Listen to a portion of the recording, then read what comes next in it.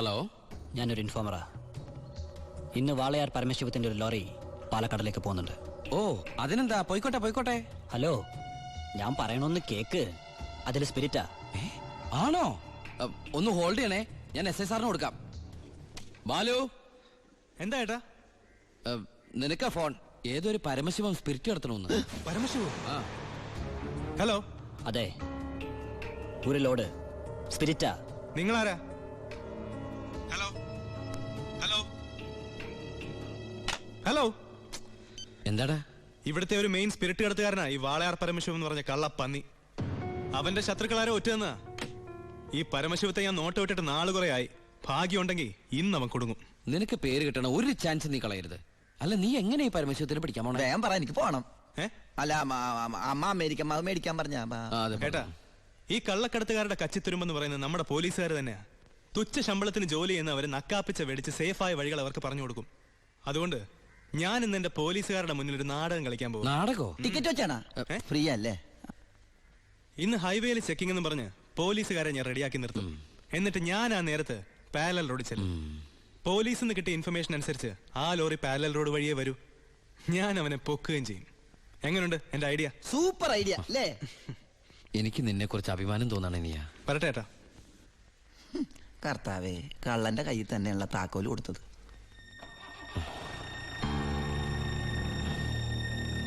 ഞാൻ ശരിക്കും ദുബായി തന്നെയായിരുന്നു. ഞാനും. പിന്നെ വാസു, പോലീസിനുള്ള ഇൻഫർമേഷൻ അനുസരിച്ച് ചെക്കിംഗ് ഉണ്ടാവും. പക്ഷെ അവർ ഹൈവേയിലായിരിക്കും നിൽക്കുക. അതുകൊണ്ട് നിങ്ങൾ ആ പാരൽ റോഡ് വഴി പോയാൽ മതി. അത് വേണ്ട, നമ്മൾ ഹൈവേയിലൂടെ തന്നെ പോയാൽ മതി. ഞാൻ പറയുന്നത് പോലീസിനുള്ള ഇൻഫർമേഷൻ അനുസരിച്ചാ. ഞാൻ പറയുന്നത് എനിക്ക് കിട്ടിയ ഇൻഫർമേഷൻ അനുസരിച്ചാ. ഞാൻ പറയുമ്പോൾ അങ്ങ് ചെയ്താൽ മതി. അത് ശരിയാവില്ല ജോണി. താൻ എന്നെ പഠിപ്പിക്കണ്ട. അപ്പൊ ഇപ്പൊ ഒരു തീരുമാനം എടുക്കണം. ഞാൻ പറയുമ്പോൾ വണ്ടി പോകണോ അതേ പറയുന്ന പോലെ കേൾക്കണം. നീ ശിവൻ പറയുന്നത് കേട്ടാ മതി. അപ്പാ, എടാ നിനക്ക് എക്സ്പീരിയൻസ് ഇല്ല. അപ്പൊ ഇത്രയും മണ്ടനാവരുത്. ഇതേട്ടനും അതിനും കൂടെയുള്ള അഡ്ജസ്റ്റ്മെന്റ്. ലോഡൊന്ന് പിടിച്ച എസ് ഐക്കല്ലേ ക്രെഡിറ്റ് ഇടണേ. ഇവനെന്ന് നഷ്ടപ്പെടാൻ. ലോറി ലോഡ് നമ്മളല്ലേ. ബലിയാടാവും പാവം ഡ്രൈവർ. ഇനിയൊക്കെ അപ്പന്റെ ഇഷ്ടം പോലെ ചെയ്തോ. അവൻ പറയുന്നൊന്നും നീ കാര്യമാക്കണ്ട ശിവ. ഇല്ല ബായ്, ഇവനും എന്റെ ബായ് അല്ലേ ബായ്.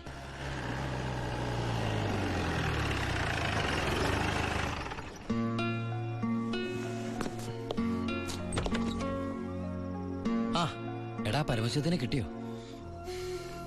ഇല്ല. എന്റെ പ്ലാൻ എവിടെ ചോർന്നു ഏട്ടാ. നീ വിഷമിക്കാതിരിക്കേ, നമുക്ക് അടുത്ത തവണ പിടിക്കാം.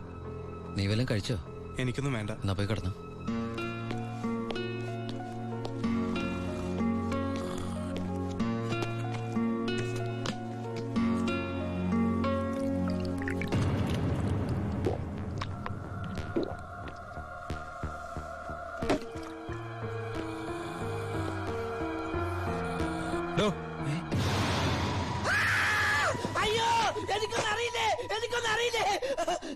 നീ ഇപ്പൊ എന്താ പറഞ്ഞേ?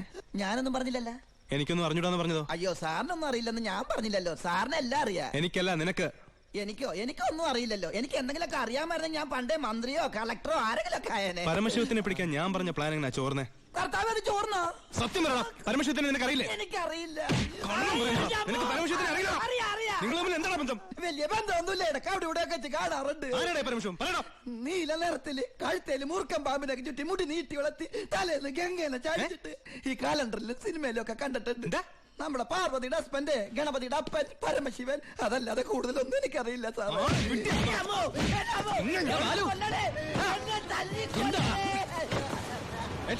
എന്റെ പ്ലാൻ ചോർത്തി ഇവനാണെന്ന് എനിക്ക് സംശയമുണ്ട്. ഇവനോ? എടാ, പട്ടിണിയും പരിവട്ടായിട്ട് ജോലി തണ്ടി ദുബായി ചെന്ന് എനിക്ക് താമസിക്കാൻ ഒരു മുറിയും ആഹാരം ഒന്ന് രക്ഷിച്ചത് ഇവനാ. ഒരു സഹോദര ബന്ധം ഞങ്ങൾ തമ്മിലുള്ളത്. ഇവനെ നീ പറയുമ്പോ ഞാനും ഉണ്ടായിരുന്നല്ലോ. നിനക്ക് എന്താ എന്നെ സംശയിച്ചാല്? കൂടെ ഉള്ളവരെ പോലീസിന്റെ ബുദ്ധിയിൽ സംശയിച്ച് ഒരു ദിവസം നീ പറയൂലോ, ഈ ഞാനാണ് പരമശിവന്ന്. അതെടാ, ഞാനാണ് പരമശിവം. നീ അറസ്റ്റ് ചെയ്യടാ. സോറി ഏട്ടാ. അല്ല പിന്നെ, കട്ടവനെ കിട്ടിയില്ലെങ്കിൽ കിട്ടിയവന്റെ മെക്കിട്ട് കയറാ. എന്താ അത്? നീ പരമശിവനെന്ന് പറഞ്ഞിട്ട് അവരെന്താ വിശ്വസിക്കാഞ്ഞത്? ചില നേരത്തെ സത്യങ്ങൾ നുണയായിട്ടേ മറ്റുള്ളവർക്ക് തോന്നും. ചില നേരത്തെ നുണകൾ സത്യമായിട്ടും. നിന്നോട് ഞാൻ പറഞ്ഞിട്ടുള്ളല്ലേ ഈ വീട്ടിൽ ഒറ്റയ്ക്ക് ഇരിക്കരുത്, നടക്കരുത്, കിടക്കരുതെന്ന്. ഞാൻ ബാലരമലമായ വായിച്ച് ഉറങ്ങിപ്പോയതാ. ഇന്നത്തോടെ ഇവിടുത്തെ പൊറുതി മതിയാക്കിക്കോ. നാളെ മുതൽ നീ ബായുടെ ഗസ്റ്റ് ഹൗസിൽ താമസിച്ചാൽ മതി. അല്ല ഇവനെന്താ ഈ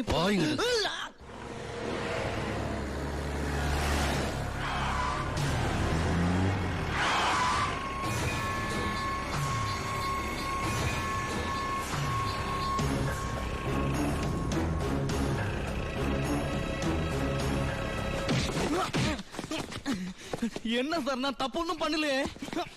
പാണ്ഡ്യൻ അത് തന്നെയല്ലടാ നിന്റെ പേര്? ஆமா சார். അന്ന് നീ എന്റെ വീട്ടിൽ കുറച്ച് പണമായിട്ട് വന്നിരുന്നില്ലേ? ஆமா சார். അത് കുഴൽപ്പണമായിരുന്നടാ. தெரியாது சார்.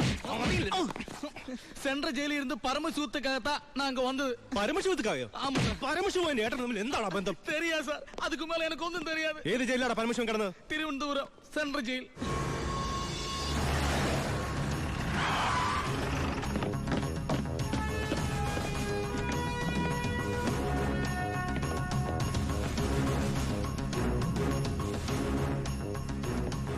ബാലു, ദാ വാളയാർ പരമശിവത്തിന്റെ ഹിസ്റ്ററി ബുക്ക്.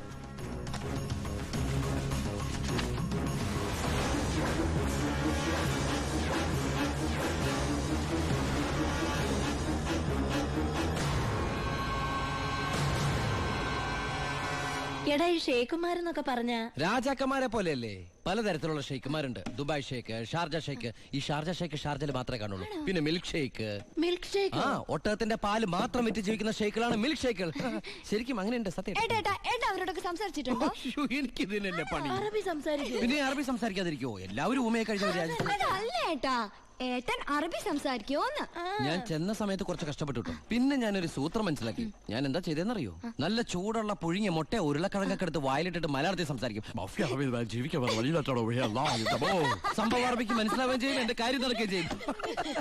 ഞാൻ എന്നെ കൊണ്ട് തോറ്റു. എനിക്ക് വയ്യാട്ടോ. നീ കേട്ടോടാ ഇവന്റെ ഓരോ ദുബായ് തമാശ. ഇനിയുണ്ട് കൊറേ. അമ്മ വേഗം ഭക്ഷണം എടുത്തു വെക്ക്. ഇന്ന് വയറ് നിറച്ച് കഴിച്ചിട്ട് സുഖമായിട്ടൊന്ന് ഉറങ്ങണം. കുറെ നാളായിട്ട് ഊണ് ഉറക്കവും ഇല്ലാതെ ആ പരമശിവത്തെ പിടിക്കാൻ നടക്കുകയില്ലായിരുന്നു.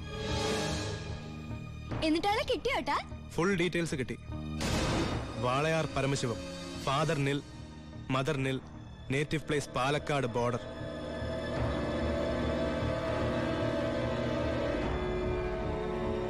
നിനക്ക് ഇതൊക്കെ എവിടുന്ന് കിട്ടി? തിരുവനന്തപുരം സെൻട്രൽ ജയിലിൽ നിന്ന് 4 വർഷം കഠിന തടവിന് ശിക്ഷിക്കപ്പെട്ട കൊലയാളിയാ. Jail റെക്കോർഡ്സിൽ photo സഹിതമുണ്ട്. നീ പോയി കുളിച്ചിട്ട് വാ, ഞാൻ ആഹാരം എടുത്തു വെക്കാം.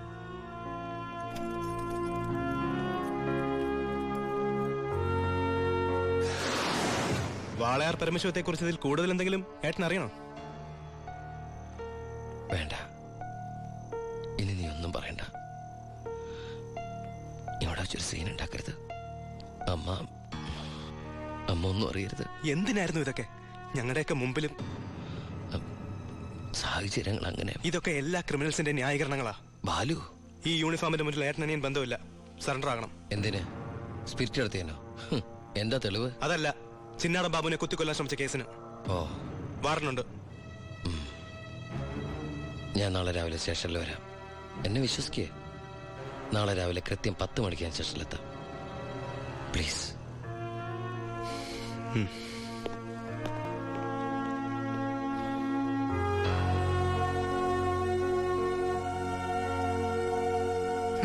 പരമശിവൻ സ്വന്തം ഏട്ടനാണെന്ന് അറിഞ്ഞോടെ പിടിക്കാനുള്ള ആവേശമൊക്കെ പോയല്ലേ?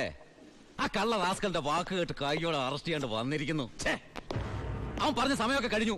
എടോ, താൻ ഇത്രയ്ക്ക് മണ്ടനായി പോയല്ലോ. ഇത്രയും വലിയൊരു ക്രിമിനൽ പോലീസിന് മുമ്പിൽ തലവെച്ച് കൊടുക്കും തോന്നുന്നുണ്ടോ എനിക്ക്? യൂസ്ലെസ്. തൊപ്പി ഒരു കളഞ്ഞിട്ട് ഇറങ്ങി പോടോ.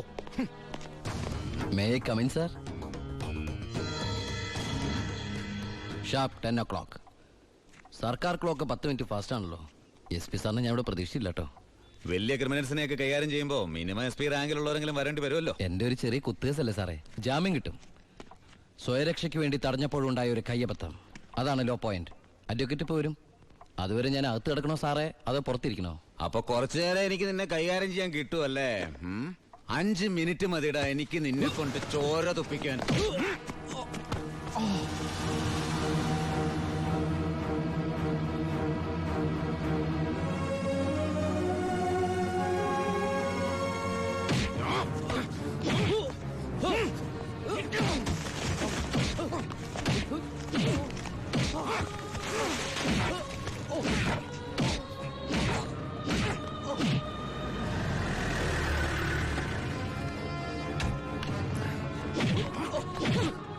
SP, ഇനി അവനെ തൊട്ടുപോകരുത്. പരമശിവത്തിന് കോടതി ജാമ്യം അനുവദിച്ചിട്ടുണ്ട്. ഇതാ ജാമ്യം അനുവദിച്ചിട്ടുള്ള പേപ്പർ. ഇനി അവനെ വിട്ടാരോ? വാ.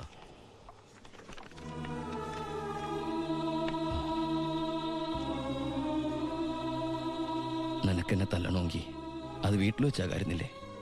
നീ തല്ല എനിക്ക് വേനിക്കില്ലടാ. ഇതിപ്പോ SP സാറിനെ കൊണ്ട് കൊള്ളാം. SI SP കൊണ്ട് തല്ലിക്ക. ഇവൻ മിടുക്കനാണ് ബായ്, മിടുക്കൻ. ഇവന്റെ അനിയനാണെന്നുള്ള ഒറ്റ കാരണം കൊണ്ടാണ് നീ ഇപ്പൊ ഇങ്ങനെ നീണ്ടു തുറന്നു നിൽക്കുന്നത്. അല്ലേ പണ്ടേ നീയൊക്കെ നടറോട്ടി കിടന്ന ഇടഞ്ഞേനെ. ബായ് ബായ് വാ.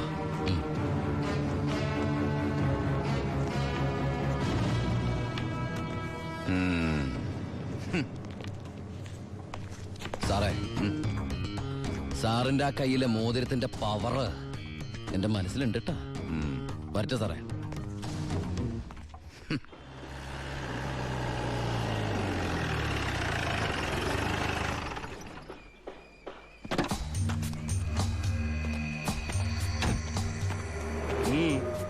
ഏട്ടനുണ്ടോ?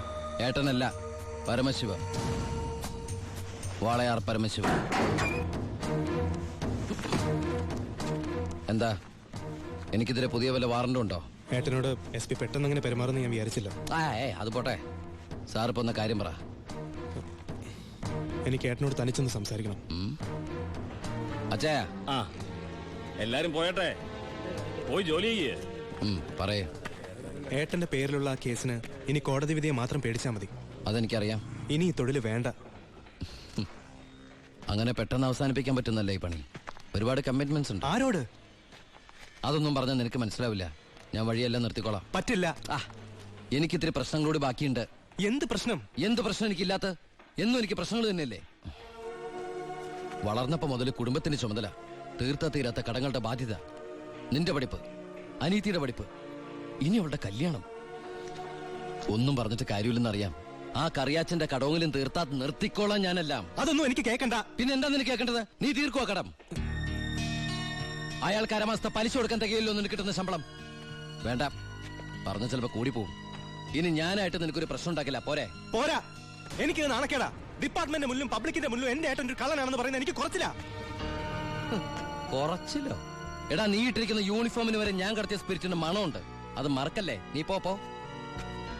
പിന്നെ അനിയൻ SI ആണെന്ന സ്വാധീനം വെച്ച് സ്പിരിറ്റ് കടത്താനാണ് പരിപാടിയെങ്കിൽ അത് നടക്കില്ല. ഇനി ഒറ്റ ലോഡ് സ്പിരിറ്റ് പോലും പരമശിവം കടത്തില്ല. അതിന് ഞാൻ സമ്മതിക്കില്ല. എടാ, പരമശിവം സ്പിരിറ്റ് എടുത്താൻ തുടങ്ങിയിട്ട് കാലം കുറച്ചായി. ഇതുപോലെ പല വെല്ലുവിളികൾ നേരിട്ടിട്ടുണ്ട്. ഇനി നിന്നോടാണെങ്കിലും അങ്ങനെ തന്നെ.